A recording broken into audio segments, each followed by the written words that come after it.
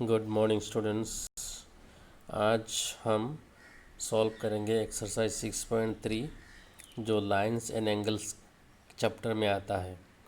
6.3 में एक्सरसाइज से पहले हम एक थ्योरम देख लेते हैं। थ्योरम है द एंगल सम, इसका नाम है angle sum property. The sum of angles of a triangle is 180 degree. किसी ट्रायंगल में 3 एंगल होता है, ये तीनों का ऐड करोगे तो 180 डिग्री है। ये है आज का थ्योरम। इसका नाम है angle sum property. The sum of the angles of a triangle is 180 degree. इसका प्रूफ करेंगे हम। तो let P Q R be a triangle and angle 1 2 3 are its angles. जैसे डायग्राम में आप देखो, पी क्यू आर एक ट्रायंगल है और इसका 1 2 3 तीन एंगल का नाम मैंने 1 2 3 रखा है।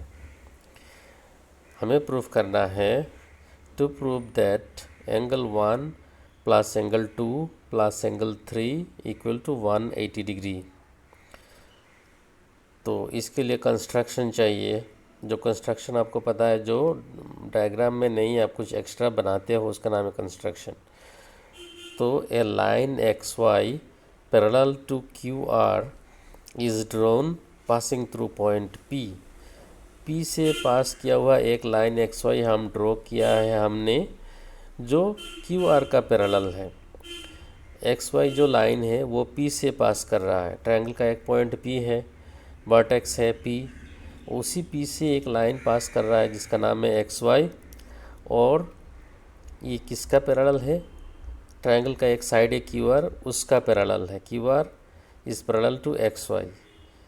तो एज ए रिज़ल्ट और दो एंगल क्रिएट हो गया जिसका एक नाम हमने दिया है 4 और 5। तो चलो प्रूफ करते हैं। अभी XPY जो है ये एक स्ट्रेट लाइन है और स्ट्रेट लाइन का एक ही साइड में जितना भी एंगल बनता है सारा ऐड करने के बाद 180 आता है। हमें स्ट्रेट एंगल का वैल्यू है ये। स्ट्रेट एंगल ऊपर भी 180 डिग्री है, नीचे भी 180 डिग्री। मतलब किसी एक लाइन में एक साइड में किसी एक पॉइंट में जितना भी एंगल बनेगा उसका सम में 180 डिग्री एक पॉइंट में बनना चाहिए। लेकिन तो हमने नीचे वाले साइड में 4 1 5 तीन एंगल बनाया है पी पॉइंट के ऊपर। तीनों ऐड करेंगे तो हमारा 180 आना चाहिए। तो therefore angle 4 plus angle 1 plus angle 5 should be equal to 180 degree. ये एंगल स्ट्रेट एंगल का वैल्यू है ये। अभी देखो, X P Y is parallel to Q R. X P Y Q R का पैरेलल है, हमने ड्रॉ ही किया है। And P Q is transversal. P Q transversal. Transversal क्या है? जो लाइन किसी दूसरे लाइन को कट करता है उसका नाम है ट्रांसवर्सल। तो देखो, पी क्यू ने एक्स वाई लाइन को एंड क्यू आर लाइन को कट किया है। एक्स वाई और पी क्यू देख लो, यहाँ डायग्राम मैंने छोटा सा और एक बनाया है। तो एक्स वाई लाइन और पी क्यू लाइन को कट किया है पी क्यू लाइन ने। तो पी क्यू इज ट्रांसवर्सल। और हमें पता है ट्रांसवर्सल का ऑल्टरनेट एंगल जो है, इंटीरियर ऑल्टरनेट एंगल जो है वो इक्वल होता है, क्योंकि ये पैरेलल लाइन है X Y and Q R. तो ऑल्टरनेट एंगल कौन सा है? 4 और 2। ये ऑल्टरनेट है और इंटीरियर भी है। तो ये 4 equal to 2 pair of alternate angles. ये हमने पहले पता है हमें कि कोई पैरेलल लाइन का ट्रांसवर्सल का दो साइड का जो एंगल बनता है इंटरनली वो दोनों इक्वल होता है।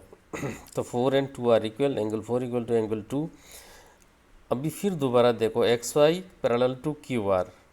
X Y parallel to Q R हमने पहले कंस्ट्रक्शन ही ऐसा किया है कि पैरेलल करके लिखा है। अभी ट्रांसवर्सल बदल दो, पी आर इज ट्रांसवर्सल।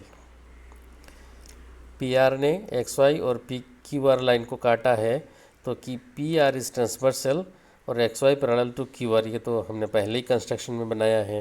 तो again alternate angles should be equal. तो यहाँ अल्टरनेट एंगल्स कौन सा है? मतलब ट्रांसवर्सल का एक साइड, दो साइड में जो एंगल बनता है इंटीरियर, उसका नाम है इंटीरियर ऑल्टरनेट एंगल्स। तो ट्रांसवर्सल अगर हमारे पास है पी आर, तो एंगल 5 एक साइड में है और एंगल 3 एक साइड में है। एंगल 5 है राइट साइड में और एंगल 3 है लेफ्ट साइड में ट्रांसवर्सल का। ट्रांसवर्सल हमारा कौन सा है? अभी पी आर। तो दोनों साइड में दो एंगल है और दोनों इंटीरियर है, इसलिए दोनों इक्वल होगा। तो एंगल 5 इक्वल टू एंगल 3, ये पेयर ऑफ ऑल्टरनेट एंगल्स। अभी फ्रॉम वन में क्या है हमारा, angle 4 plus angle 1 plus angle 5 equal to 180 degree. ये देखो ऊपर 1 लिखा है, इक्वेशन 1। तो इक्वेशन 1 से हमें 4 plus 1 plus 5 equal to 180 degree. अभी हमने इक्वेशन 2 में 4 इक्वल टू 2 है, तो एंगल 4 के जगह 2 लिख दिया, प्लस एंगल 1 को रहने दिया, प्लस एंगल 5 के बदले एंगल 3 लिख दिया। वो इक्वेशन 2 में है, मतलब 5 इक्वल टू 3 है। तो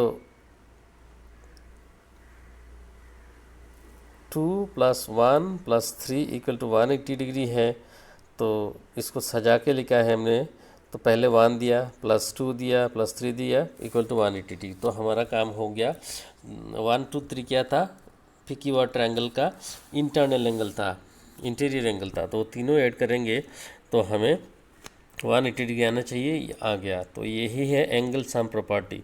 एंगल सम प्रॉपर्टी क्या कहता है कि sum of 3 angles of a triangle is 180 degree.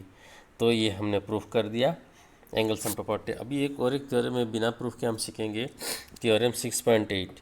If a side of a triangle is produced then the exterior angle so formed is equal to the sum of 2 interior opposite angles. ये देखो triangle PQR है, right side में एक triangle है, उसका क्या क्या internal angle से 1 2 3 नाम दे दिया। अभी QR को हमने बढ़ाया, प्रोड्यूस किया कहाँ तक, S तक। तो as a result angle fold जो है वो ट्रायंगल का बाहर का एंगल है, इसलिए उसका नाम है एक्सटीरियर एंगल। तो थ्योरम कहता है अगर किसी ट्रायंगल का किसी एक साइड को बढ़ाते हो, प्रोड्यूस करते हो, जो एक्सटर्नल एंगल जो प्रोड्यूस होगा, जो बनेगा एक्सटर्नल एंगल, उसका इक्वल कौन कौन सा होगा। ये जो इंटीरियर में 2 एंगल है और वो ये 3 वाला नहीं है, बस इंटीरियर में जो रिमोट में एंगल है, दूर में जो है इंटीरियर ऑपोजिट एंगल्स, मतलब 1 और 2 है यहाँ पे। 4 इक्वल टू 1 प्लस 2 होगा।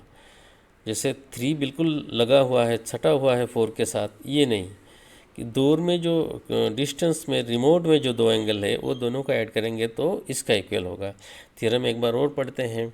If a side of a triangle is produced then the exterior angle so formed is equal to the sum of the 2 interior opposite angles। यहाँ पे QR जो है प्रोड्यूस किया गया अप टू S तक, 4 exterior angle बना है, तो 4 इक्वल टू 1 प्लस 2। तो ये दूसरा थ्योरम। अभी एक्सरसाइज का सम सॉल्व करेंगे। फर्स्ट सम है in figure 6.39 sides QP and RQ of triangle PQR are produced to points S and T respectively if angle SPR equal to 135 degree and angle PQT equal to 130 degree 110 degree। find angle PQR। तो TR is a line, diagram में देखो, solution में जाते हैं। TR is a line और एक line के ऊपर एक पॉइंट में जितना भी एंगल बनता है ऊपर या नीचे 180 होता है, ये स्ट्रेट एंगल का वैल्यू है। तो हमारे पास होगा PQT। ये P से शुरू करो, Q तक जाओ स्ट्रेट, देन Q से T तक, ये बीच में जो एंगल है उसका वैल्यू हमारे पास ऑलरेडी है, उसका नाम है PQT। प्लस इसका और एक एंगल है राइट साइड में, वो दोनों मिलाएंगे तो 180 होना चाहिए। कौन सा एंगल है ये, PQR। ये देखो डायग्राम में दोनों एडजेसेंट एंगल है, PQT एंड PQR एक ही पॉइंट में, किस पॉइंट में है, Q पॉइंट में है। PQT एंड PQR, देखो Q बीच में आता है दोनों एंगल का। जो एंगल लिखते हैं, 3 लेटर लगता है एंगल लिखने में, जो बीच में पॉइंट होता है उसी पे एंगल बनता है। P से शुरू करो, Q तक जाओ, T पे एक एंगल, P से शुरू करो, Q तक जाओ, R तक आओ तो और एक एंगल है। ये दोनों मिला के 180 होता है। तो PQT का वैल्यू हमारे पास है 110 डिग्री, प्लस PQR का वैल्यू नहीं है, रहने दो, इक्वल टू 180 डिग्री। तो implies PQR equal to 180 degree minus 110 degree, left side में माइनस होके आएगा राइट साइड में, तो वैल्यू है 70 डिग्री। इसको इक्वेशन नंबर 1 दे दो। तो हमारे पास PQR का वैल्यू हो गया 70 डिग्री। फिर दोबारा देखो, QS is a line, QS दिख रहा है, बीच में से शुरू होकर ऊपर जा रहा है, QS इज़ ए लाइन। तो यहाँ पे जो P में दो एंगल बना है उसका भी एडिशन 180 होना चाहिए। कौन सा एंगल बना है? QPR। QPR जो ट्रायंगल के अंदर एंगल है, Q से शुरू करो, P तक जाओ, देन R तक आओ। तो यहाँ जो एंगल बना है QP एंड PR के बीच में, उसका प्लस RPS। R से शुरू करो, P तक जाओ, देन ऊपर S तक जाओ। ये RP और PS के बीच में जो एंगल बना है, ये P पॉइंट में दोनों एंगल बना है, तो दोनों का ऐड करेंगे 180 डिग्री आना चाहिए। तो इसलिए मैंने लिखा, क्या लिखा? QPR plus RPS equal to 180 degree. QPR का कोई वैल्यू नहीं है, रहने दो, प्लस RPS का वैल्यू तो है ऑलरेडी क्वेश्चन में given 135 degree equal to 180 degree. Implies QPR equal to 180 degree minus 135 degree, minus करेंगे तो हमारे पास आ रहा है 45 डिग्री। तो ये हो गया इक्वेशन नंबर 2 दे दिया हमने, अपने से नाम दे दिया हमारे फ़ायदे के लिए। अभी एंगल सम प्रॉपर्टी यूज़ करेंगे। Bye angle sum property in triangle PQR। PQR एक ट्रायंगल है, तो इसमें एंगल सम प्रॉपर्टी यूज़ करते हैं। एंगल सम प्रॉपर्टी क्या है? Sum of angles of a triangle is 180 degree.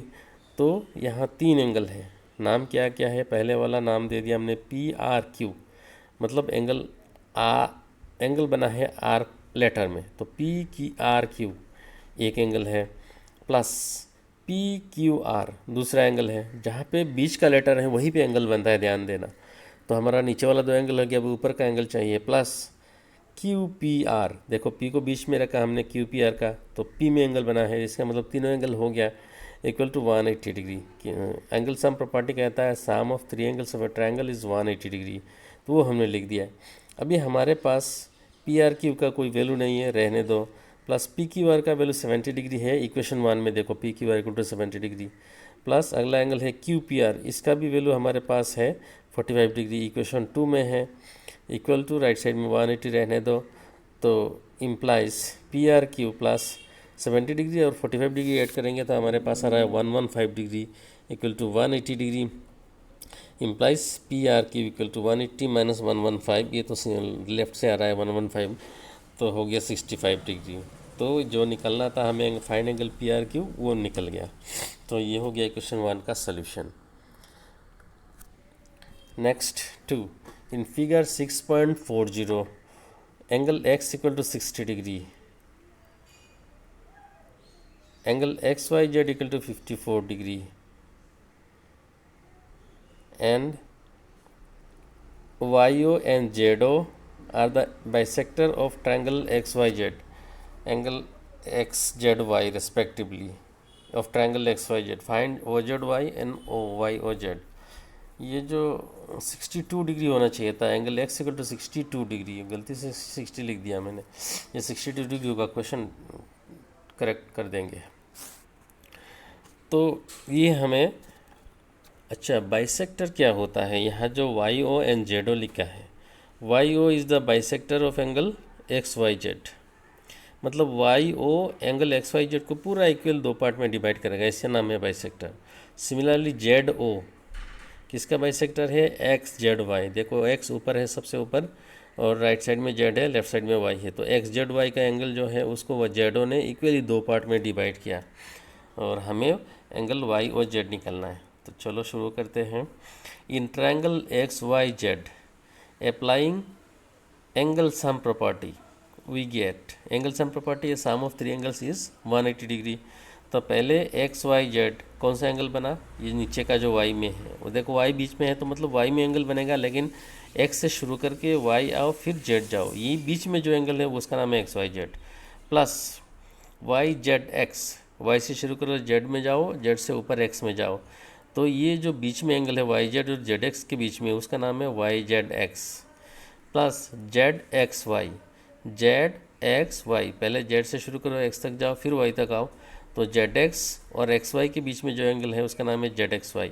हमेशा बीच में जो लेटर होता है 3 लेटर का, उसी में एंगल बनता है, और बाकी तो आर्म के लिए है, दोनों आर्म्स डिसाइड करता है वो बाकी दोनों लेटर। तो ये तीनों एंगल मिला के 180 डिग्री होता है, ये एंगल सम प्रॉपर्टी है। तो एक का वैल्यू है हमारे पास, XYZ का वैल्यू है 54 डिग्री लिख दिया, प्लस YZX का कोई वैल्यू नहीं है, रहने दो, प्लस एंगल एक्स जो है वो 62 डिग्री है, तो 62 डिग्री लिख दिया, मतलब वाई एक्स जेड या जेड एक्स वाई जो भी कहो, बीच में एक्स होना चाहिए, इक्वल टू 180 डिग्री। तो इम्प्लाइज वाई जेड एक्स, ये इसका वैल्यू नहीं, इसको रहने दो, plus 54 degree plus 62 degree add करेंगे तो हमारे पास आ रहा है 116 degree, equal to right side में 180 है, तो implies Y Z X equal to 180 degree minus 116 degree equal to 64 degree आ रहा है माइनस करके, तो इक्वेशन 1 बना दो इसको।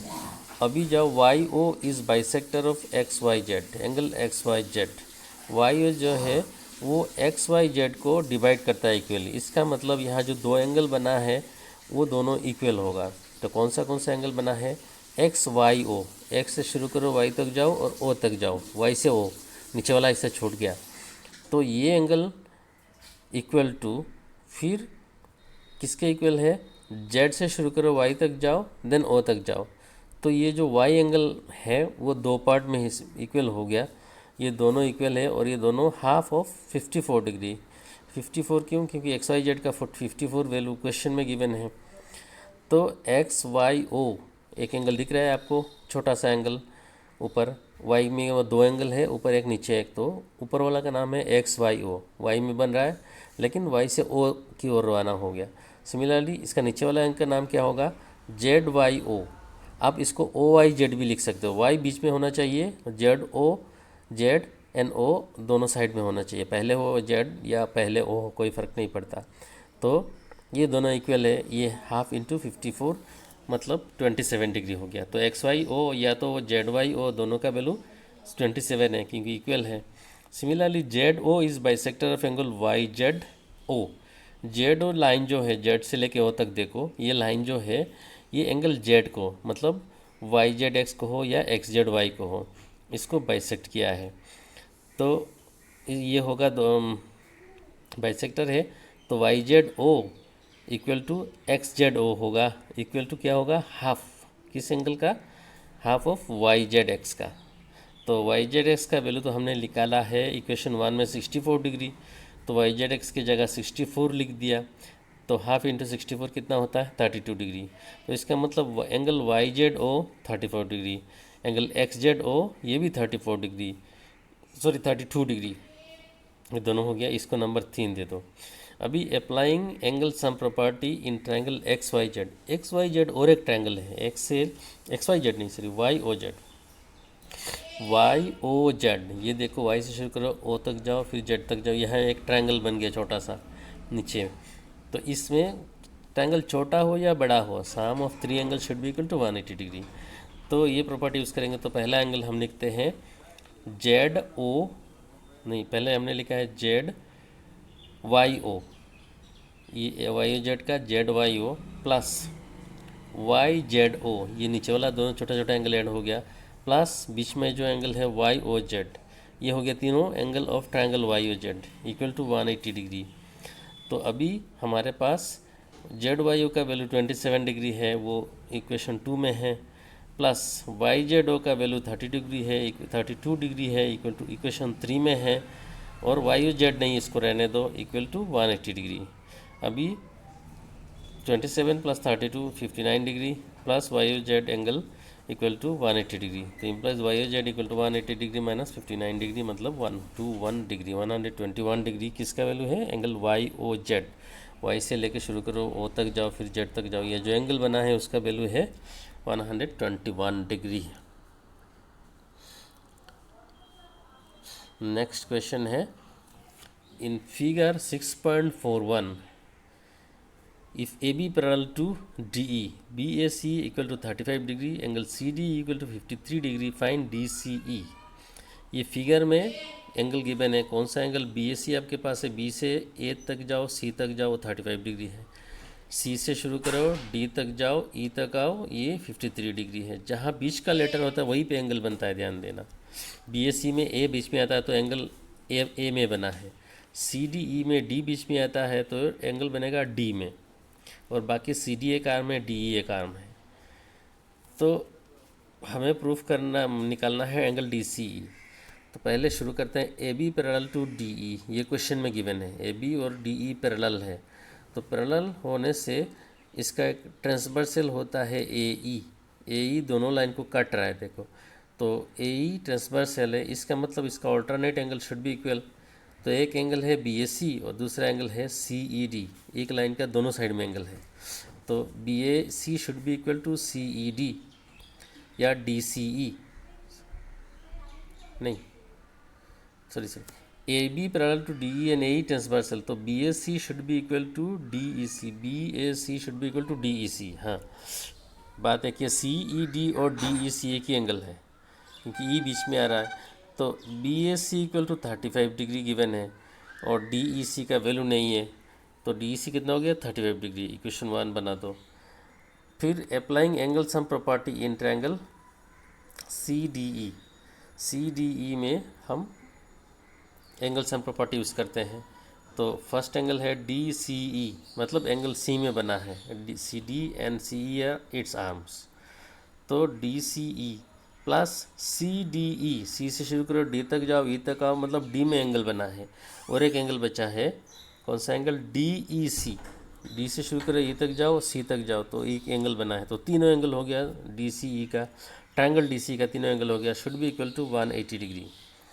तो डी सी ई का कोई वैल्यू नहीं है हमारे पास, रहने दो, प्लस सी डी का वैल्यू है 53 डिग्री, क्वेश्चन में गिवन है 53 degree c d e, plus d e c अभी अभी हमने निकाला इक्वेशन 1 में 35 degree equal to right side में 180, तो एम्प्लाइज एंगल डी सी ई प्लस 53 प्लस 35 ऐड करेंगे तो 88 degree equal to 180 degree, implies D C E equal to 180 degree minus 88 degree मतलब 90 डिग्री, तो हो गया हमारा एंगल डी सी ई का वैल्यू 92 डिग्री। बस हो गया आज का क्लास इतना तक। आपको ज़्यादा ध्यान देना है, जब एंगल बनता है तो 3 लेटर की ज़रूरत पड़ती है एंगल का नाम लेने में, और बीच में जो लेटर आता है वहीं पे एंगल बनता है। यहाँ देख लो डी ई सी मतलब एंगल बनेगा ई में, और डी ई और ई सी जो है वो उसका दोनों आर्म होगा एंगल का, कहीं भी 3 लेटर का बीच में जो लेटर आता है एंगल वहीं पे बनता है। ठीक है, समझ में ना आए तो दोबारा पढ़ लेना, देख लेना।